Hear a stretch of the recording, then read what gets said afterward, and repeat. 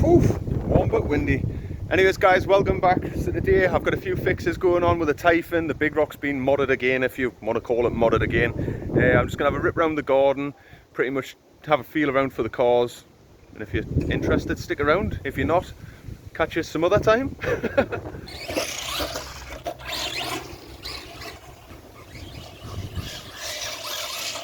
Hey, nice. Right, anyways guys, so the mod that I've done, or the little thing that I've been checking out, is the slipper clutch on the Typhon. Same with the big rock. So if you've noticed, if you take your module out, the slipper moves backwards and forwards in the housing, and it absolutely gouges the front of the casing, or the rear of the casing. So what I've done is I've stuck a couple of O-rings in either side of that, and I'm just giving it a test, ripping it around, being rough with it obviously, because I want to see if the O-rings are going to feel, and then we'll come up with something different. But I'll give you guys a look at what I've done anyways, if you can't hear us because it's a little bit windy.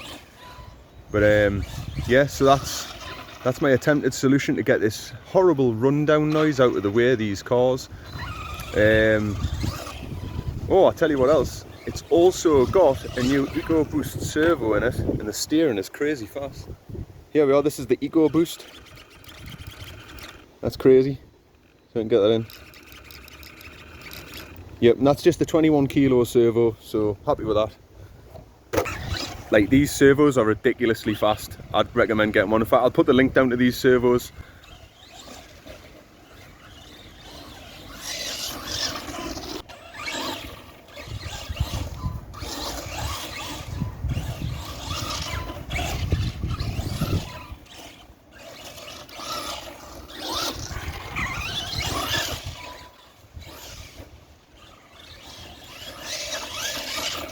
Nice.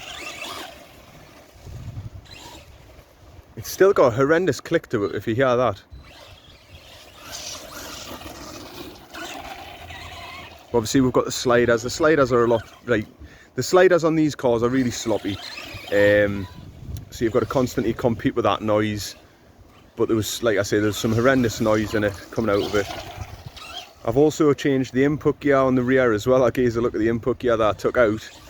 So obviously I had to put a new one in. That's where I thought the noise was coming from, but it just wasn't, because I checked the diff. Everything's absolutely fine with the diff, so I put the diff back in and I checked the casing, and I was noticing lots of gouge marks. So I just want to try and minimize it if I can. One thing I will say about these EcoBoost servos, they're not the quietest. If you guys can hear that, that's the servo. There we go, stopped it. Start it off again. But anyways, that's the EcoBoost. It's a little bit noisy, but at the same time, it's an absolute awesome servo, rapid.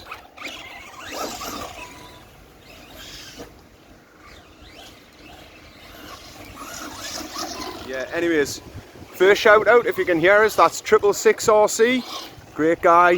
Yeah, I think you should go down, check his channel out, see what he's got, check his content out and stuff, see if you're into it. Next shout out will have to be Big Al's RC. The dude's an absolute legend when it comes to that crate and EXP. He loves it, he shows that thing some serious love and attention, and he bashes it like hell. So he needs to show it some love. Shout out, this one's to Rob's RC Insanity, guy from over the pond. He's an absolute nutter when it comes to making things with the WL toys and other cars, to be honest. But you know, go check him out anyways guys, he's fantastic. He's got a big rock as well. I love his big rock. He's put some crazy lights on it and stuff. But yeah, I'm just testing this out. Get in. Nice. And then what I'll do is I'll take it apart and I'll see how the O-rings fared up. I'll see whether or not you guys should do it.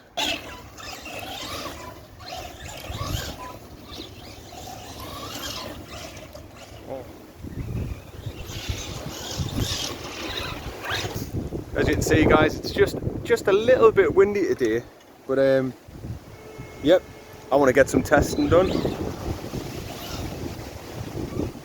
Yeah, by 2 seconds. Ah, oh, no.